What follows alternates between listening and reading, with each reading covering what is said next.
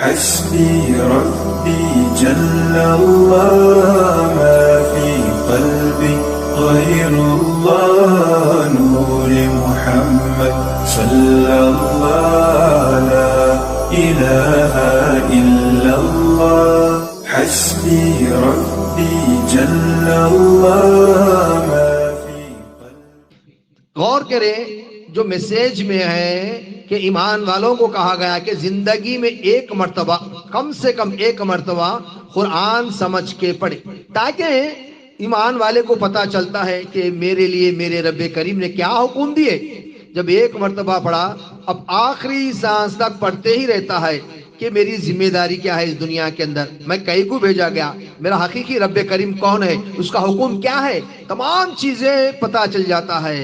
اس سے روکنے کے لیے شیطان اللہ سے چیلنج کر دیا ہے، خالا فبیما اغویت لاہو خدن لہم صراطک المستقیم، اب میں تیرے سیدھے راستے پہ رہنے والے بندوں کو میں گمراہ کروں گا. یہ شیطان کا چیلنج ہے. اسی لیے آئے دن آج ایمان والے قرآن تو نہیں پڑھ رہے، اگر پڑھے بھی تو صرف ناظرہ پڑھتے ہوئے مطمئن ہو جا رہے ہیں اور آخرت کے مطابق امیدیں رکھ لے کے بیٹھے. ایک.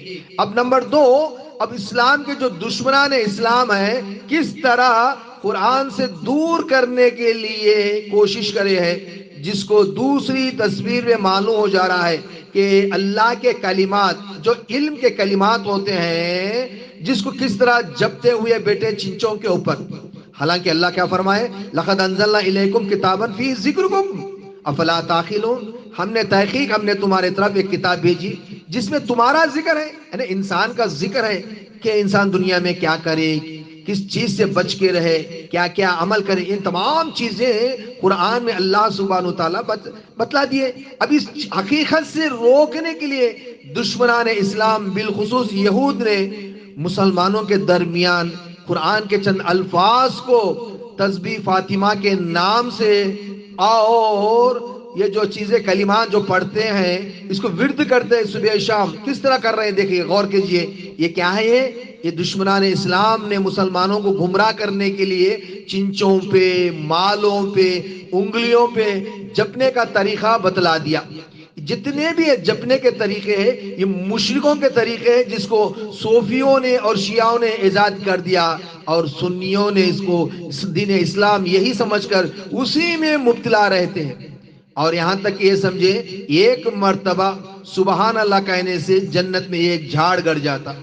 اب یہ جتنے بھی الفاظ ہیں رٹتے ہیں جپتے ہیں، اس کے خلاف جتنے آج عمل کر رہے ہیں اس کا گناہ کیا ہے. کبھی غور کریں، سبحان اللہ تو کہتے ہیں لیکن یہ الفاظ کہاں پر کہنے کے ہیں، الحمدللہ کہتے ہیں یہ کہاں پر کہنے کے ہیں، اللہ اکبر کہتے ہیں یہ جو لفظ کہاں پر کہنا ہے. حقیقت میں کیا ہے، یہ علم کے کلمات ہیں جس کو غیروں کے سامنے بتانے کے الفاظ ہیں کہ اپنی جو ذمہ داری ہے شہداء علی الناس، لوگوں کے اوپر گواہ بننے کے لیے کہا گیا. ان الفاظوں سے لوگوں کے سامنے گواہ بننے کے لیے کہا گیا، لیکن شیطان، نفس اور ماحول کس طرح ان الفاظوں کو کہاں پر ورد کرنے میں ڈال دیا ہے. اسی لیے نیچے کے جو تصویر میں ہے کس طرح بیٹھ کر ان الفاظوں کو جپتے بیٹھے ہیں چنچوں کے اوپر. یہی نہیں، پھرتے پھرتے مالوں کے اوپر بھی جپتے ہیں اور انگلیوں پہ بھی جپتے بیٹھتے ہیں. اس سے برعکس قرآن کو سمجھ کے پڑھے اور اس کے الفاظ کو گھر کے اندر بھی لوگوں کو سمجھائے اور پڑوس میں سمجھائے، ساتھ کے جو دیگر مذہب کے بھائی ہیں ان کے سامنے بھی سمجھائے، تو اللہ کے پاس کل نار جہنم کے آگ سے بچنے کے امکانات ہوتے ہیں. وآخر دعوانا ان الحمدللہ رب العالمین. السلام علیکم.